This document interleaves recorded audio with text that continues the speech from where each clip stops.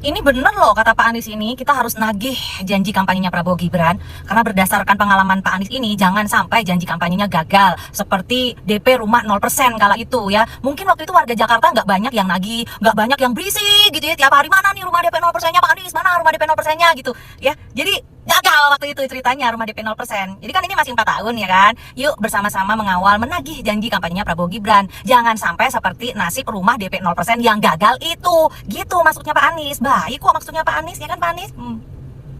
Program DP 0% itu sebenarnya jalan nggak sih Pak? Program itu jalan dan terobosan ini sekarang diikuti oleh swasta. Sekarang teman-teman bisa menyaksikan banyak sekali tawaran-tawaran kepemilikan rumah dengan menggunakan prinsip 0 rupiah. Ini adalah sebuah program yang menawarkan skema pembiayaan di mana orang yang bisa menabung atau orang yang tidak bisa menabung untuk bayar DP, mereka diberi keleluasaan. Dan di Jakarta, program ini berhasil memfasilitasi orang-orang yang dulunya kontrak sekarang menjadi punya rumah. Ketika mereka punya rumah, maka mereka punya aset. Program DP 0 rupiah mensuplai kira-kira 50-60%. Nanti angkanya harus dicek dari suplai rumah yang dilakukan di Jakarta selama 4 tahun terakhir ini. Jadi bukan hanya jalan, prosentase rumah baru DP itu sangat besar di Jakarta. Terima kasih. Assalamualaikum warahmatullahi wabarakatuh. Kali ini saya akan bicara tentang TomTom Traffic Index yang di akhir bulan Februari tahun 2022 mengeluarkan laporan tentang tingkat kemacetan kota-kota di seluruh dunia. Jakarta semula adalah salah satu penghuni daftar TomTom Traffic Index paling atas. Dan di tahun 2022 ini, bulan Februari kemarin, keluar laporannya yang menyatakan Jakarta berada di ranking 46 kota termacet dunia. Congestion levelnya 34%. Apa yang terjadi? Tahun 2017,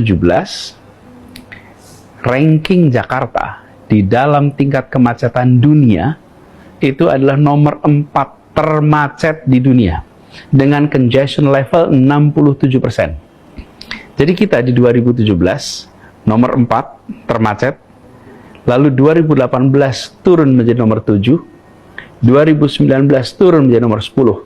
Kita udah senang nomor 10, tapi kita masih 10 besar. Sudah turun tahun 2019 itu.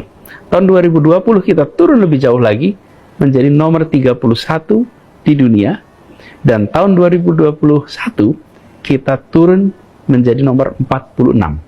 Ini adalah hasil kerja kita semua, hasil kerja seluruh masyarakat di Jakarta. Karena kita melakukan pilihan-pilihan strategis yang dampaknya pada penurunan kemacetan. Kita syukuri ini sambil kita tengok apa faktor-faktor yang menjadi penyebabnya. Motor yang paling baik, atau orang yang atau marketer yang paling baik adalah pengalaman orang lain. Word of mouth, ceritanya, pengalamannya. Nah, ditambah lagi stasiun-stasiun Jakarta kita integrasikan. Jadi stasiun kereta api dengan kendaraan angkutan darat itu disiapkan fasilitasnya untuk menjadi satu kesatuan. Alhamdulillah sudah ada 8 stasiun KRL itu telah tuntas untuk direvitalisasi. Dari rumah masuk ke garasi, tempat parkir motor, tempat parkir mobil, naik motornya, naik mobilnya sampai ke tempat tujuan, turun langsung ke tempat kerja, langsung ke sekolah. Tapi kalau kita menggunakan kendaraan umum, maka dari rumah dia harus berjalan kaki sampai halte. Ketika sampai di halte tujuan, dia harus berjalan kaki ke tempat kerja atau ke tempat sekolah atau ke tempat tujuan lainnya. Jadi trotoar itu adalah pasangannya kendaraan umum. Selama ini pembangunan kita berorientasi pada kendaraan pribadi, di mana jalan dibangun hanya untuk roda, jalan tidak dibangun untuk kaki. Sekarang yang kita lakukan di Jakarta adalah complete street. Complete street itu artinya apa? Jalan itu disiapkan untuk roda dan juga disiapkan jalan untuk pejalan kaki. Dengan cara seperti itu, maka orang yang menggunakan kendaraan umum bisa jalan nyaman di trotoar. Alhamdulillah, telah terbangun 364 km trotoar. Dan disiapkan juga jalur sepeda yang khusus untuk sepeda. Itu sekarang yang sudah khusus untuk sepeda itu 12 km, lebih dari 50 km jalur sepeda yang bersamaan dengan kendaraan-kendaraan yang lain. Lalu ada 63 spot untuk bike sharing atau berbagi sepeda di kawasan transit yang ada di Jakarta. Jadi ini semua adalah ikhtiar kita di pemerintah untuk menyiapkan fasilitas bagi pejalan kaki, bagi pengguna kendaraan umum, pengguna sepeda. Tetapi itu semua tidak akan berdampak bila warga Jakarta tidak menggunakannya. Nah, kita bersyukur bahwa warga Jakarta merespon dengan baik. Berbondong-bondong menggunakan kendaraan umum, beramai-ramai menggunakan trotoar, beramai-ramai menggunakan sepeda. Maka terjadilah perubahan di kota ini. Jadi ini adalah prestasi bersama, ini kerja bersama. Tanggung jawab kami di pemerintahan menyiapkan infrastrukturnya, tanggung jawab dari masyarakat adalah memanfaatkannya. It takes two to tango, tidak bisa sendirian. Ketika Jakarta keluar dari daftar kota termacet di dunia, ini adalah hasil kerja bersama kita. Sesuatu yang patut kita syukuri, tapi belum tuntas. Kita masih harus mendorong lebih banyak lagi. Yang mau menggunakan kendaraan umum, yang mau menggunakan trotoar, yang mau naik sepeda. Karena inilah yang harus kita dorong terus. Tapi sebagai sebuah proses awal, perjalanan 4 tahun ini impresif.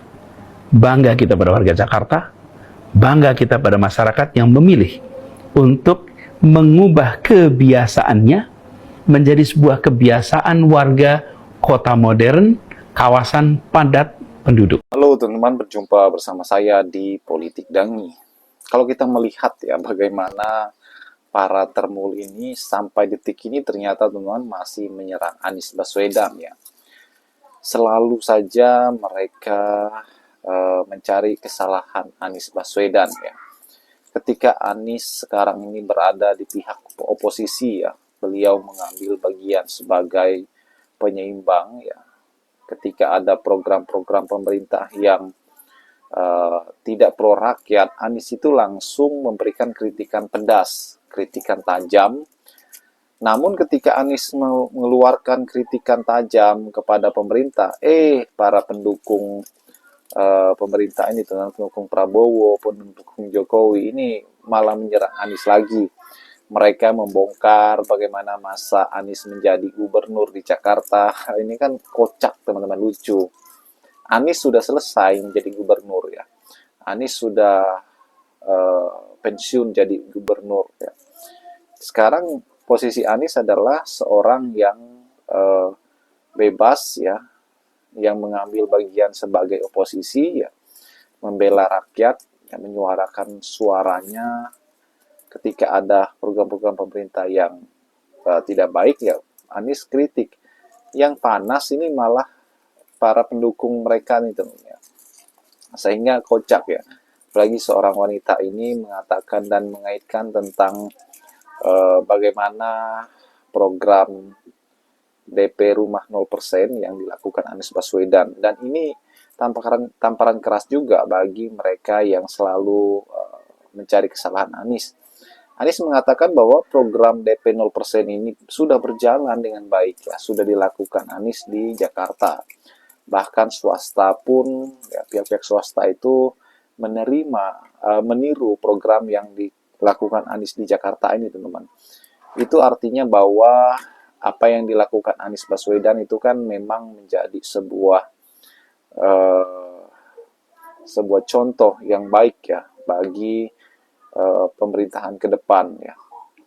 Bahkan prestasi-prestasi Anies di Jakarta ini kan sangat luar biasa.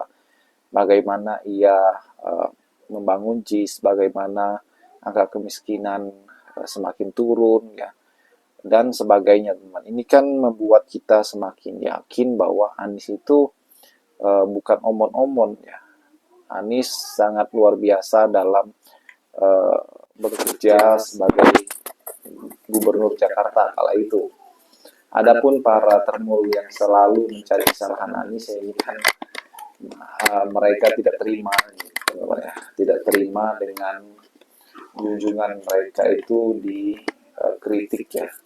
Kunjungan mereka di kritik Anies Baswedan. Bagaimana menurut